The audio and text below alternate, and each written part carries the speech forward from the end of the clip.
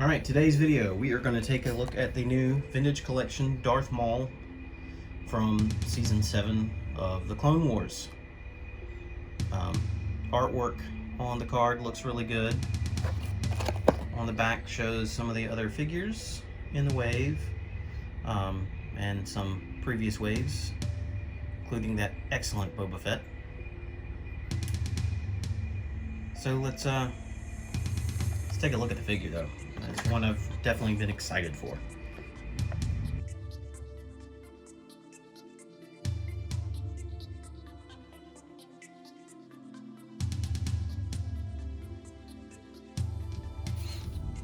Okay, taking a look at the figure. The head sculpt is absolutely incredible. I think this is the best Darth Maul head that they've done for two reasons. I mean, detail is fantastic, paint is great, but the other is that sometimes when they do Darth Maul, they capture Darth Maul. This one, I feel like they got the likeness of Ray Park in there as well, which is kind of funny considering that this is based on animation, but I know it's a realistic take on the animation, but that looks like Ray Park. They did a fantastic job.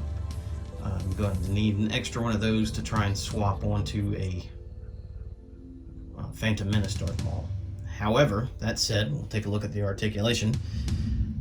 And the challenge is that this is their newer double pin style head sculpt, which allows for some fantastic articulation and movement, but is not going to make swapping easy.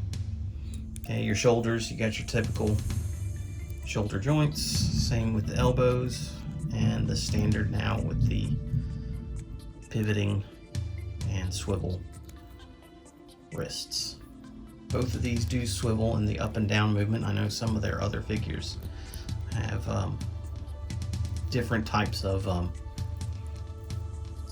the swivel or the pivoting action on the wrists, but both of these are the up and down and are in the same direction. Your waist is really nice ball joint. That is going to allow for some great poses. Okay, your standard articulation on the hips these days with your swivel there, and then the ball joint here.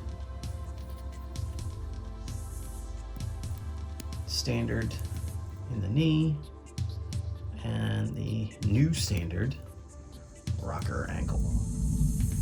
I do think especially with the mechanical legs here, a double knee joint, similar to what they're doing in the G.I. Joe series, would have been really nice and wouldn't have taken away from the aesthetic of the figure any. But still, it's cool. This is a separate piece, by the way. It's soft rubber, but you can see how that's going to allow for some greater movement in the shoulder. Okay, taking a look at the accessories, which is just his lightsaber. One half is the Phantom Menace style saber. Not a lot of paint on it. It does have the red button, which should actually here be black, and then the red here, and the connecting pin. And then this is the newer saber, which makes up the other half since he lost the other Phantom Menace style half in the Phantom Menace.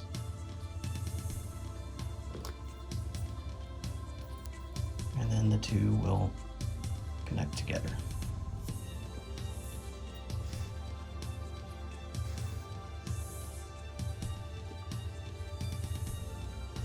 Okay, now we have him holding the saber. Fit in his hand rather easily.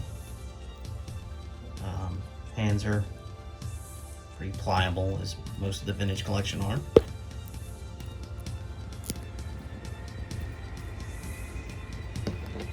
I feel like you'll be able to get him in some really cool poses thanks to those wrists and the little enhanced shoulder articulation there. Not quite as advanced as, say, the newer Black Series, but this is a much smaller figure, so I can't expect that much out of them. But yeah, holds it rather well.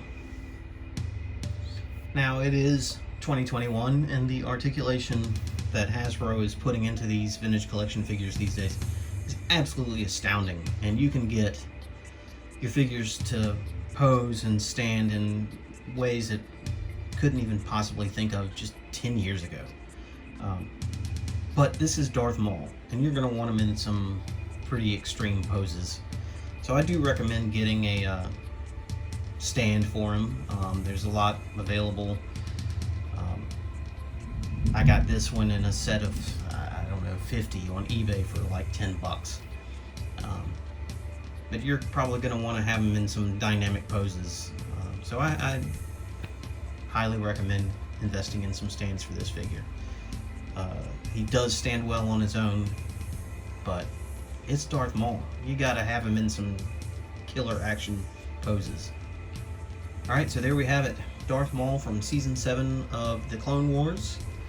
Also referred to on the card as Darth Maul Mandalore. Great figure. Sculpt is fantastic. Kind of wish we'd have gotten a solo version of this figure. I like the design of the legs better. Kind of would have liked to have seen what Hasbro would have done with that.